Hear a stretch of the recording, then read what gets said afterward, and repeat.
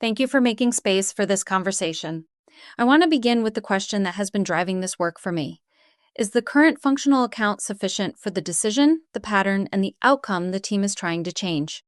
I believe deeply in functional assessment. This presentation is not an argument against function. Function is one of the reasons behavior analysis has something powerful to offer schools. A functional hypothesis can help us move beyond traits, labels, and moral judgments. It can help us identify what a response produces, removes, postpones, or reorganizes under specific conditions. The concern I want to explore is different. I think we sometimes ask a function statement to do more explanatory work than it can do by itself. A plausible function may tell us something important about the immediate relation between behavior and consequence, but it does not always tell us whether the analysis is large enough for the decision in front of the team. If the goal is not only to reduce a response, but to support participation, communication, safety, learning, repair, and belonging, then we may need to ask what else is participating in the pattern. That does not mean every FBA needs to become a full ecological or systems assessment. It means scope has to become a decision, not an accident of the referral form or the template we happen to be using. So the through line today is this: function is necessary, but scope is a decision. We need to know when to preserve a narrow proximal lens, when to widen, and when to stop before the analysis becomes so broad that it stops helping anyone. This slide names the contradiction that kept showing up for me across school-based work. We say behavior is a function of the environment. We say behavior is selected in relation to antecedents, consequences, learning history, motivating conditions, and context. We do not, at least philosophically, locate the explanation inside the child as a fixed trait. And yet, when we write support plans, the student can become the only person who is expected to change. The student needs to request, wait, tolerate, regulate, transition, comply, accept no, use a break appropriately, or return to work. Those may all be valid student repertoires to build. I am not arguing against skill building. The issue is what may remain unchanged. The task may remain unclear. The adult response may remain inconsistent. The peer context may continue to reinforce escalation. Help may be technically available but not actually accessible. The organization may continue to reward immediate incident management more than prevention, re-entry, or repair. That does not mean teachers are the problem. Teachers are also behaving under conditions. Peers are behaving under conditions. Classrooms have routines, schedules, materials, expectations, histories, and reinforcement patterns that make some responses more viable than others. When our assessment stops at the referred student's behavior, we may miss the broader interaction pattern that keeps making that behavior viable. So my question is this: if the plan only asks the student to change, have we really followed the functional relation far enough? You may be asking, are you saying behavior plans are student blaming? No, I am saying the structure of referral, assessment, and planning can organize our attention around the student's response. The goal is not blame. The goal is to identify the alterable relations that matter to the decision.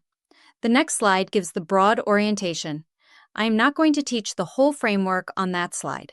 I am using it as a map of the kind of wider inquiry that began to matter to me. The research connection here is that Fahmy and Luczynski 2020 describe distal variables such as caregiver, curricular, cultural, historical, and organizational factors as influencing the availability, probability, and strength of proximal antecedents and consequences. This slide is intentionally bigger than the argument I am going to teach today. I want to be clear about how to read it. I am not asking anyone to memorize every box on this slide. I am using it as an orientation map for a shift in inquiry. The phrase, "the call may be coming from inside the house," is a metaphor. It does not mean the student is irrelevant, and it does not mean the school is to blame.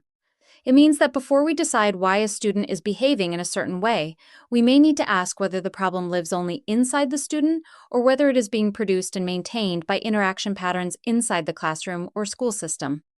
In a narrower view, we might move quickly from student to behavior of concern to intervention to fix the student. That may sometimes be sufficient.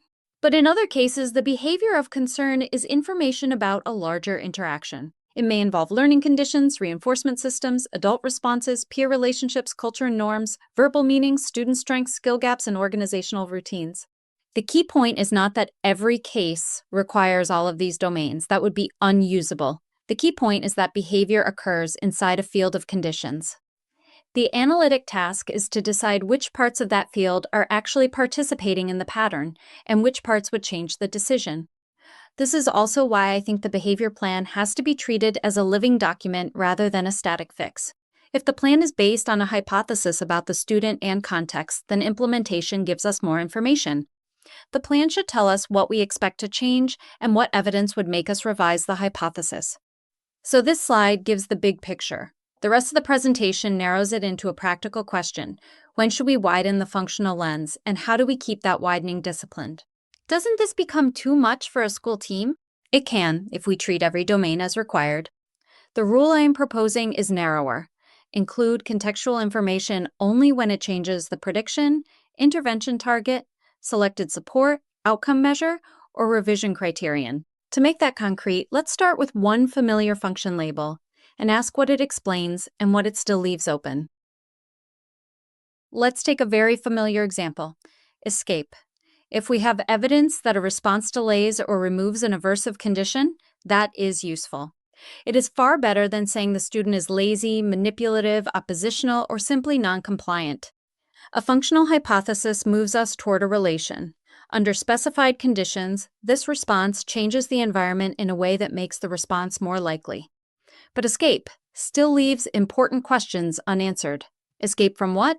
A difficult task? An unclear task? Public correction? Too much language? A transition that is moving too quickly? A peer situation? A loss of choice?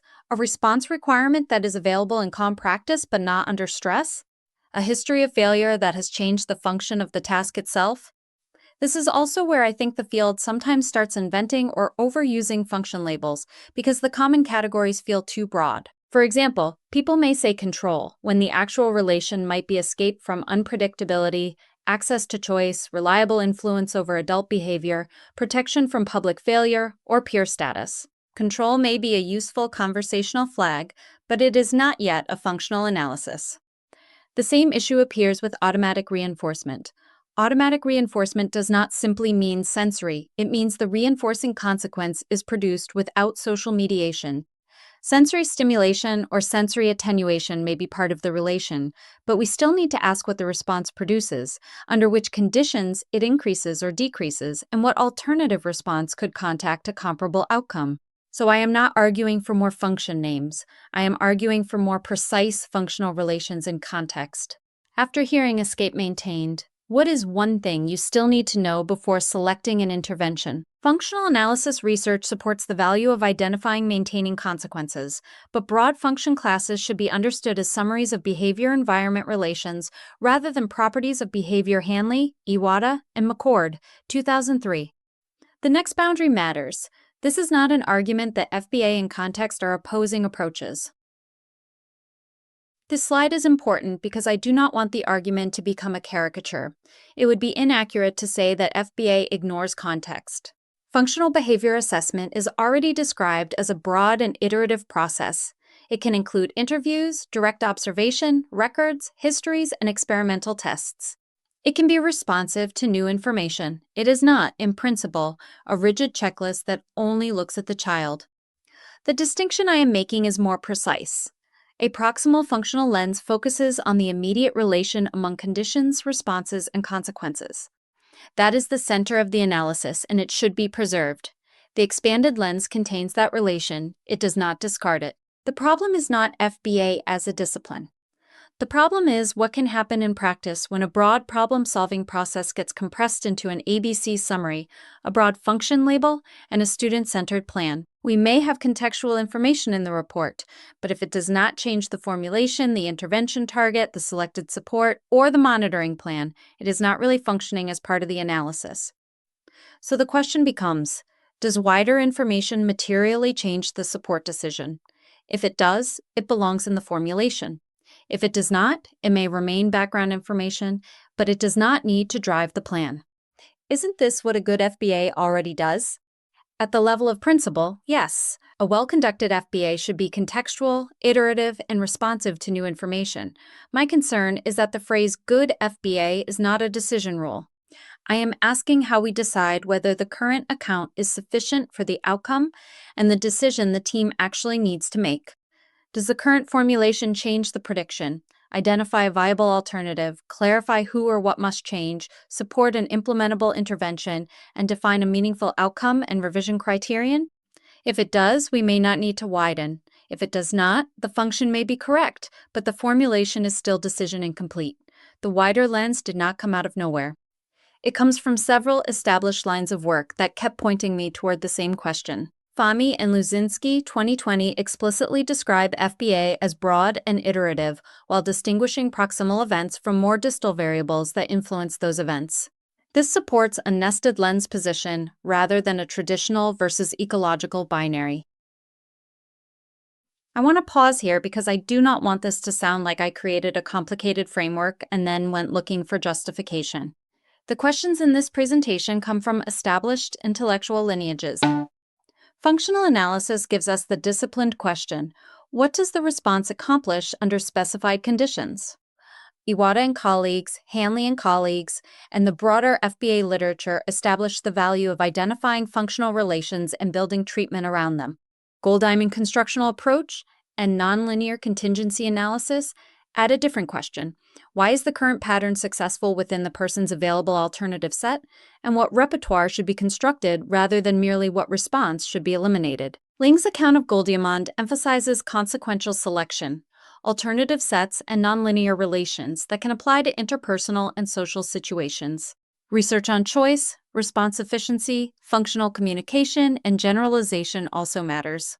A response can be functionally equivalent on paper and still fail in practice if it is slower, harder, less reliable, more effortful, or not maintained across conditions. Process-based and idiomatic work asks which modifiable processes matter for this person, in this context, over time. That thinking influenced me because it asks us not to assume that an average pathway or a broad label fully describes the individual case. My doctoral research on adolescent prejudicial bullying sharpened the level of analysis problem.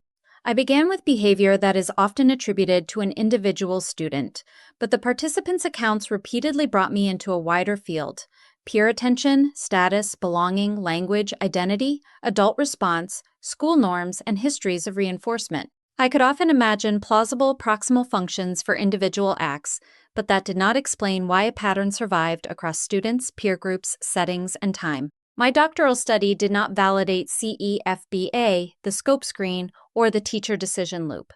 It was phenomenological behavioral research, not an experimental functional analysis. What it did was sharpen the question I am asking today. When the behavior is individual but the pattern is relational or community level, where should the analysis stop? CEFBA is my developing attempt to translate these lineages into school practice. The roots are established. The integration is still developing and needs testing. You may be asking yourself, are you saying this is a new model? The integration is developing, but the questions are not invented from scratch. They are rooted in functional analysis, constructional work, nonlinear contingency analysis, response allocation, idiomatic thinking, and multi-level behavior systems. With that foundation in place, let's move from theory to a school case and see why the same function label may not lead to the same plan. Let's use a simple composite case to show why non-occurrence and contextual variation matter. Here is a composite school example. Jordan is an 8th grade student. During open-ended independent writing, Jordan sometimes puts their head down, tears the paper, or says, "I'm not doing this." A reasonable proximal hypothesis might be that refusal delays or produces escape from aversive writing demands.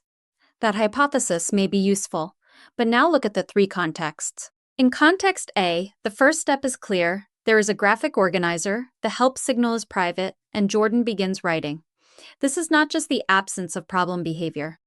This is condition of success data. It tells us something about when the expected response is more viable. In context B, the task is open-ended. The materials are missing, correction is public, peers are watching, and Jordan tears the paper. Escape may be plausible, but the function label does not specify which features of the context made refusal more likely. In context C, the teacher is a substitute, the routine has changed, there are repeated verbal prompts, and the alternative response is unreliable because the help signal is not recognized. Jordan leaves the area. Again, escape or delay may be plausible, but the support decision is not the same as in context B. This is the point. The same student and the same broad function category do not automatically imply the same plan. The context changes the response options, the effort, the social risk, the reliability of help, and the consequences that follow. This is also why I want assessments to include conditions of successful participation.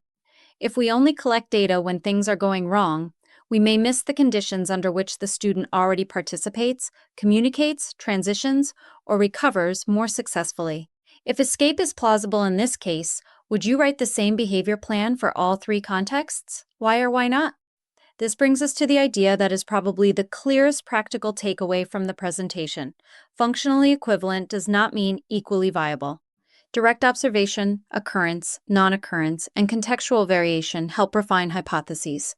Generalization and maintenance require programming across relevant conditions rather than assuming transfer will occur automatically. Stokes and Baer, 1977.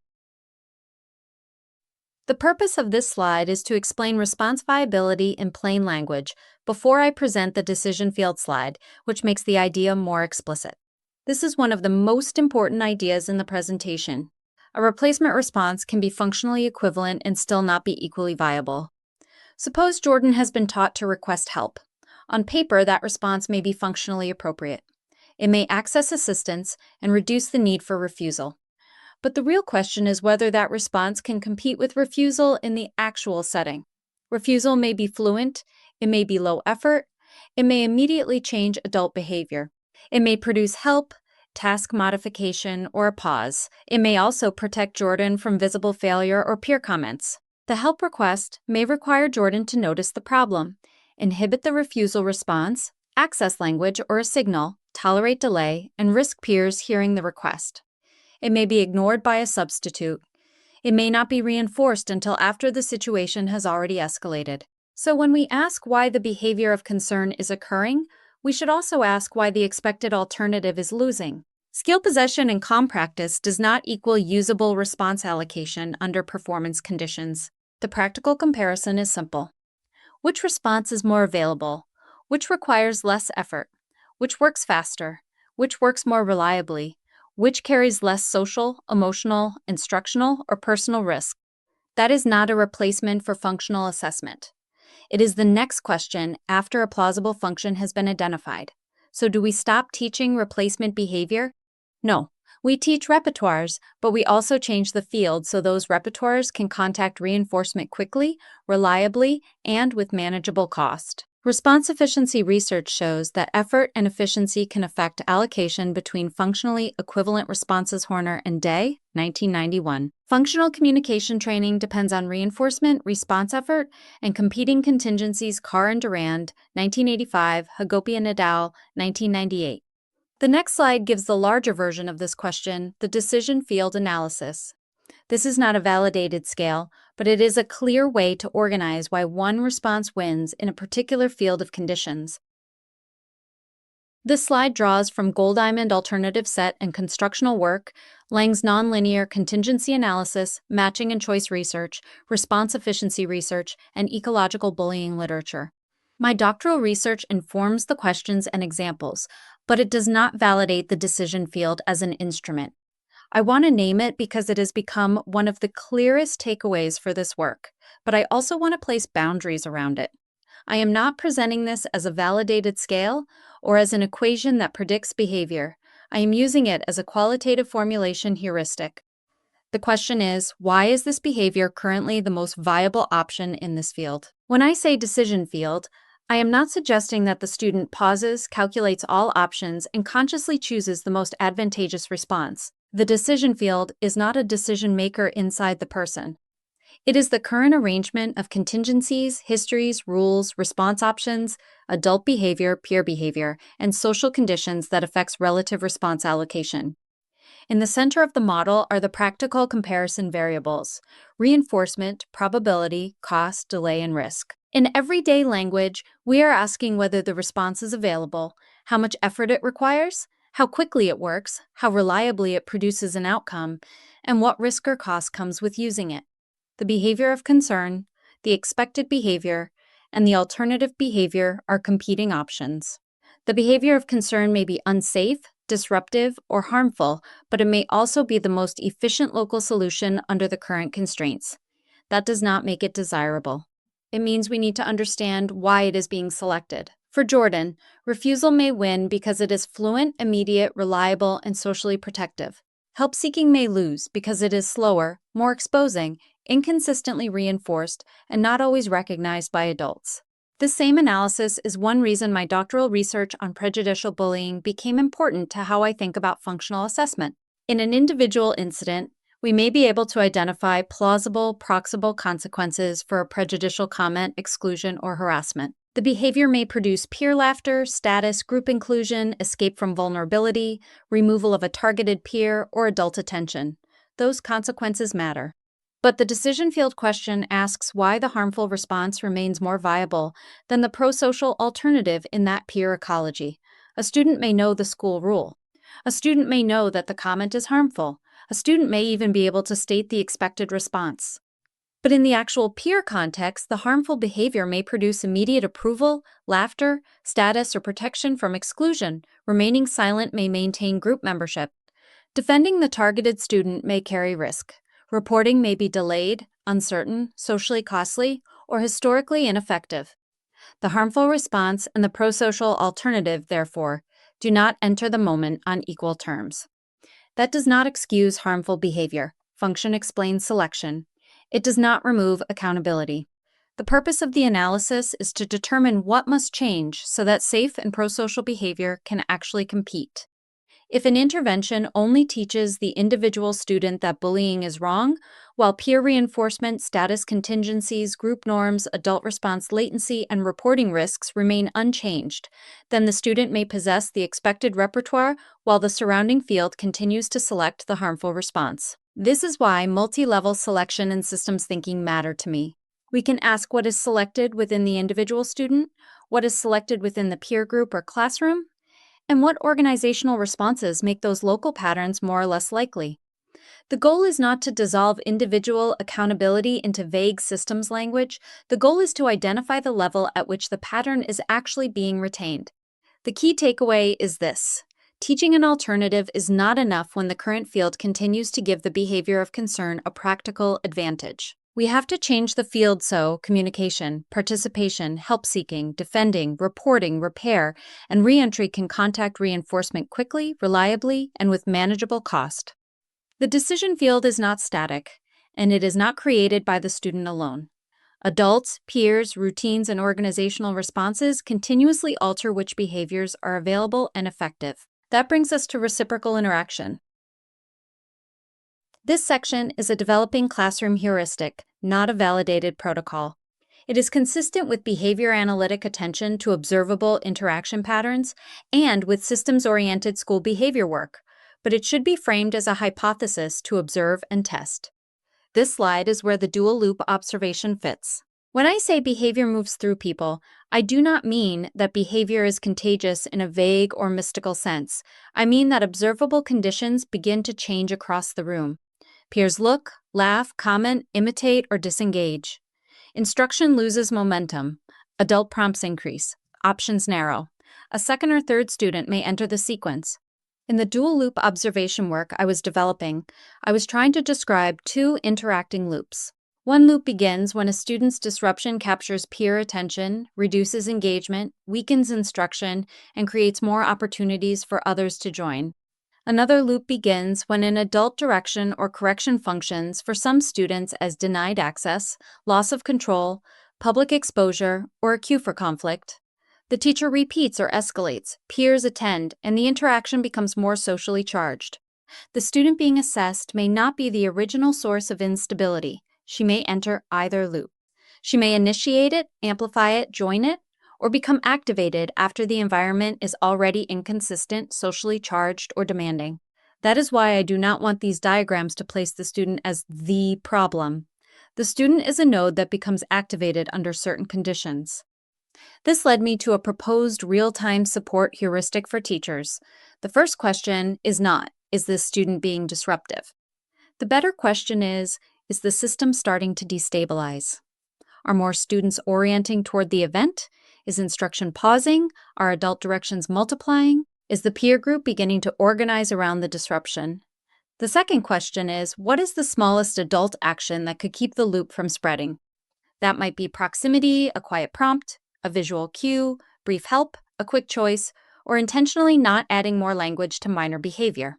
The third question is, how do I protect group momentum without publicly contrasting students? This is where I want to be careful. I had used the phrase reinforce the stable majority in earlier thinking, but that phrase can be implemented badly. The unsafe version is, look at everyone else doing the right thing. That publicly compares the struggling student to the group and can create shame. The safer version is this, keep the group moving, provide brief and neutral support to the student who is struggling, and deliver attention to participation without making that student the public contrast. The fourth question comes later.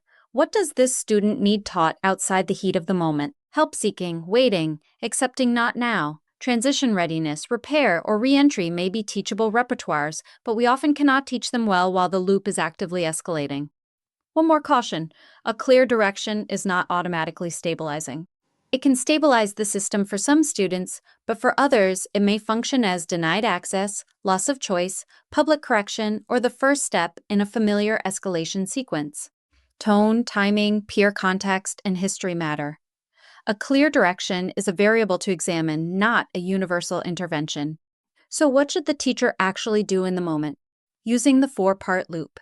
Notice whether the system is destabilizing, use the smallest effective adult action, protect momentum without public comparison, and teach needed repertoires later. Once we see that behavior can move through people, we also need to ask at what level the pattern is being reproduced. This slide brings us back to the level of analysis. Sometimes the smallest sufficient unit really is the individual student in a specific routine. Sometimes it is the interaction between a student and an adult. Sometimes it is a classroom or peer group pattern. Sometimes it is organizational or community level. My doctoral research on adolescent prejudicial bullying is the clearest stress test for this question. An individual FBA may still contribute important information. A particular student's bullying behavior may contact peer attention, status, group inclusion, escape from vulnerability, or removal of a targeted peer. That information matters. Ecological bullying research and the National Academy's report emphasize that bullying and peer victimization involve individual, peer, family, school, and broader ecological conditions. Hong and Espelage, 2012. National Academies of Sciences, Engineering, and Medicine, 2016. Glenn's work on meta-contingencies supports analyzing patterns selected beyond one individual's behavior. But an individual FBA does not, by itself, explain why certain identities are repeatedly targeted, why peers reinforce or remain silent, why reporting pathways are or are not used, why adult responses differ, or why the pattern reappears with another student after the original student leaves. At that point, the referral may involve an individual incident, but the phenomenon may be retained through peer, classroom, verbal, and organizational conditions. The student remains accountable for harmful behavior. Expanding the analysis does not excuse harm. It asks what else is selecting and reproducing the pattern so that protection, accountability, teaching, and repair can actually change the future pattern. This same idea applies to less dramatic school behavior. If different students repeatedly escalate during the same routine, or one adult's directions reliably produce a classroom-wide reaction, or peer attention repeatedly changes the sequence, the team should ask whether it is assessing one student or a recurring interaction pattern. So the level of analysis is not a philosophical preference. It is a practical decision. Where is the pattern being retained and where must intervention occur for the desired outcome to be possible? You might be asking, doesn't widening the analysis let the student off the hook? No. It keeps individual accountability while refusing to pretend that accountability alone changes a pattern maintained across peers, adults, routines, or systems. Now we need rules. Otherwise, everything starts to matter and the analysis becomes impossible to use. This slide gives the expansion rule. Generalization and maintenance require active programming rather than assuming a support will transfer naturally across conditions. Stokes and Baer, 1977. Evidence-based practice also requires integrating best evidence, clinical expertise, and client values and context. Slocum et al., 2014. The analysis should widen when there is evidence that the proximal account is not sufficient for the decision. I am using 5 indicators. First, variation. If the pattern differs meaningfully across people, settings, routines, or time, that variation is not noise. It may tell us which conditions evoke the response and which conditions make participation possible. Second, predictability. If adult or peer behavior reliably predicts escalation, recovery, or participation, that behavior belongs in the assessment. Third, the viability gap. If the expected alternative exists but is not reliably used or reinforced in the actual setting, the team needs to assess why that alternative cannot compete.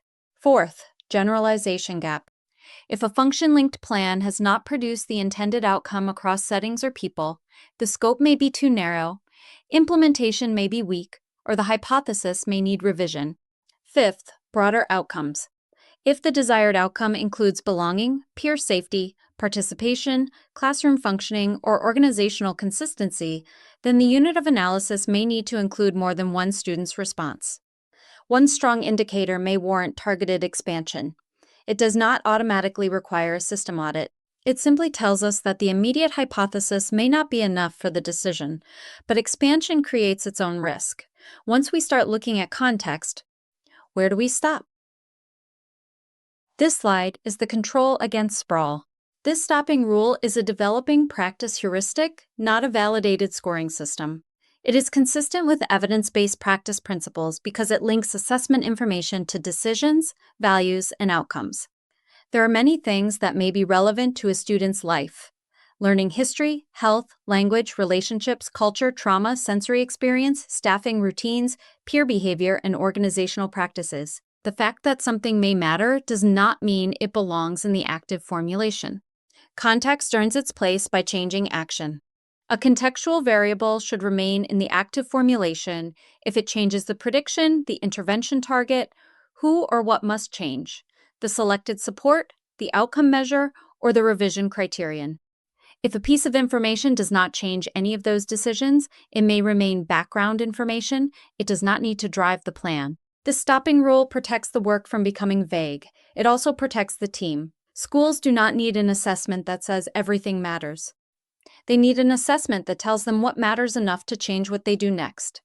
This can still sound like a long assessment. It can become long if we collect everything. The stopping rule is what keeps it disciplined. We collect only the information that can change the formulation or the support decision. The compact formulation is the structure that turns that decision-relevant evidence into something usable. This slide is the practical discipline in one paragraph. This formulation structure draws from functional assessment, constructional intervention, response viability, and evidence-based decision-making.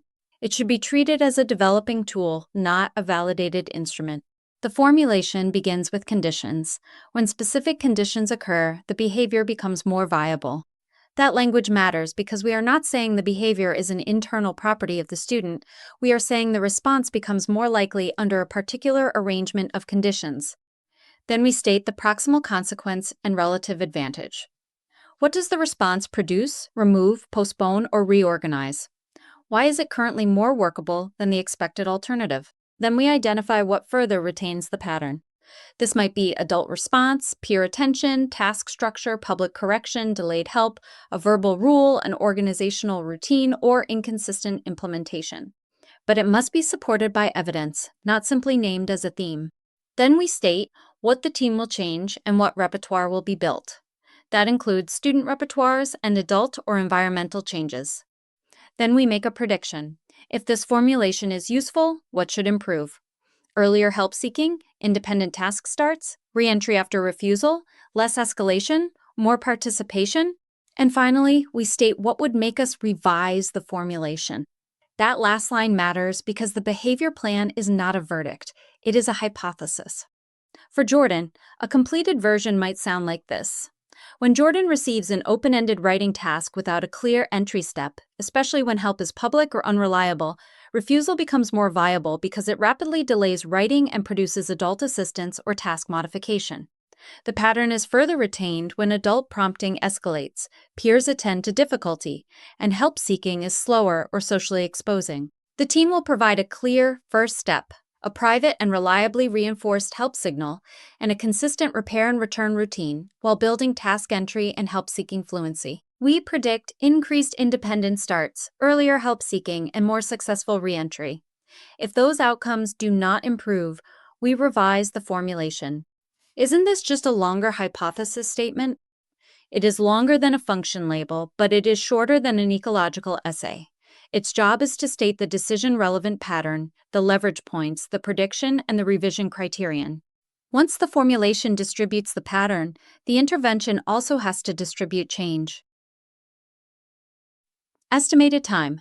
500 purpose. Translate the formulation into coordinated student, adult, peer, and environmental responsibilities. Transcript. This slide shows what changes when we stop treating the student as the only active unit. The student still has repertoires to build. For Jordan, that may include using a private help signal, beginning the first step, asking for clarification, repairing after refusal, and re-entering work after difficulty. Adults and peers also have behavior change requirements. Adults may need to give a clear first step, respond to the help signal quickly, reduce public correction, avoid escalating prompts, reinforce early communication, and use a consistent repair routine. Peers may need expectations that reduce commentary or attention to another student's difficulty. The environment or organization may also need to change. Materials may need to be ready. The task entry routine may need to be predictable. Help may need to be accessible without public exposure. Staff may need a shared response sequence so that the plan does not depend on one adult's intuition. This connects to the real-time loop we discussed earlier. In the moment, the teacher's job may be to interrupt spread quickly and briefly, maintain instruction, and give the student a neutral path back in. Later, outside the activated moment, the team teaches the repertoires that make future participation easier. Help-seeking, waiting, accepting delay, transition readiness, repair, or re-entry. This is not adults change instead of students. It is coordinated adaptation across every functionally implicated part of the pattern.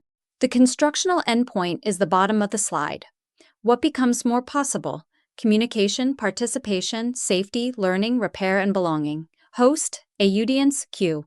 If the host asks, what if the student really does need to learn a skill? Answer, then we teach the skill. The point is that skills do not operate in a vacuum. The environment must make the skill available, recognized, reinforced, and worth using. Transition before closing, we need to define the boundaries of the science so the argument does not overreach. Research connection. Gold Diamond constructional orientation emphasizes building repertoires and arranging conditions for maintenance. Social validity also matters. Outcomes should be meaningful to students, families, and communities. Wolf, 1978.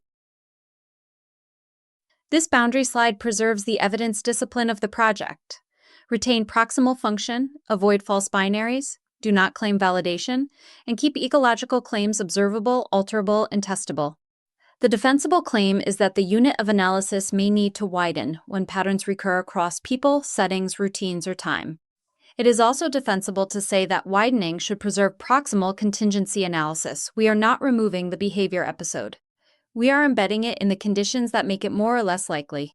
It is also defensible to say that the purpose of expansion is to identify modifiable conditions for participation, safety, communication, learning, repair, and belonging. There are also claims I want to avoid. I do not want to say that traditional FBA looks only at the child or ignores context.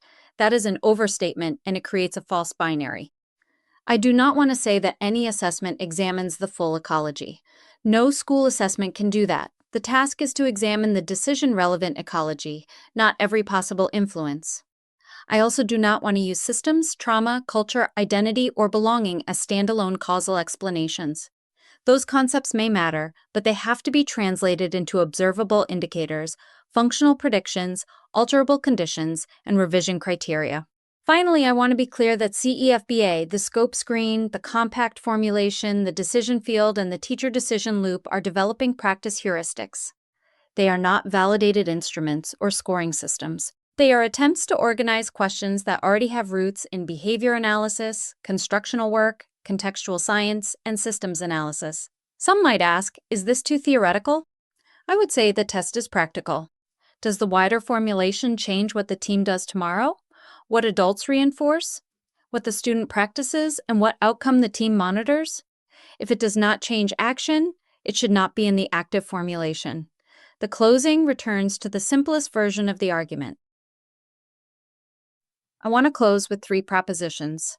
First, function is necessary. If we lose function, we lose the analytic center of behavior analysis. I am not arguing for softer language or vague context talk. I am arguing that function should remain relational, contextual, and tied to evidence. Second, scope is a decision. The behavior episode is where assessment begins. It is not always where analysis should stop.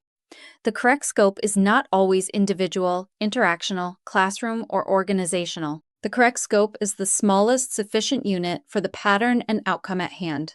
Third, the plan is a revisable hypothesis. A behavior plan should not be a static fix attached to a student. It should state what the team believes is happening, what will change, what outcome is predicted, and what evidence would make the team revise the formulation. So the question I want practitioners to take back is this: what is this assessment supposed to make possible, and what evidence would make us change our mind? If the answer is only we identified the function, I think our work is unfinished. If the answer is we identified the conditions under which a more workable pattern can emerge and be maintained, then we are closer to the kind of functional assessment schools actually need. The closing integrates the presentation's established and developing claims. Function-based assessment is foundational, but assessment sufficiency must be judged against meaningful outcomes, social validity, generalization, and implementation.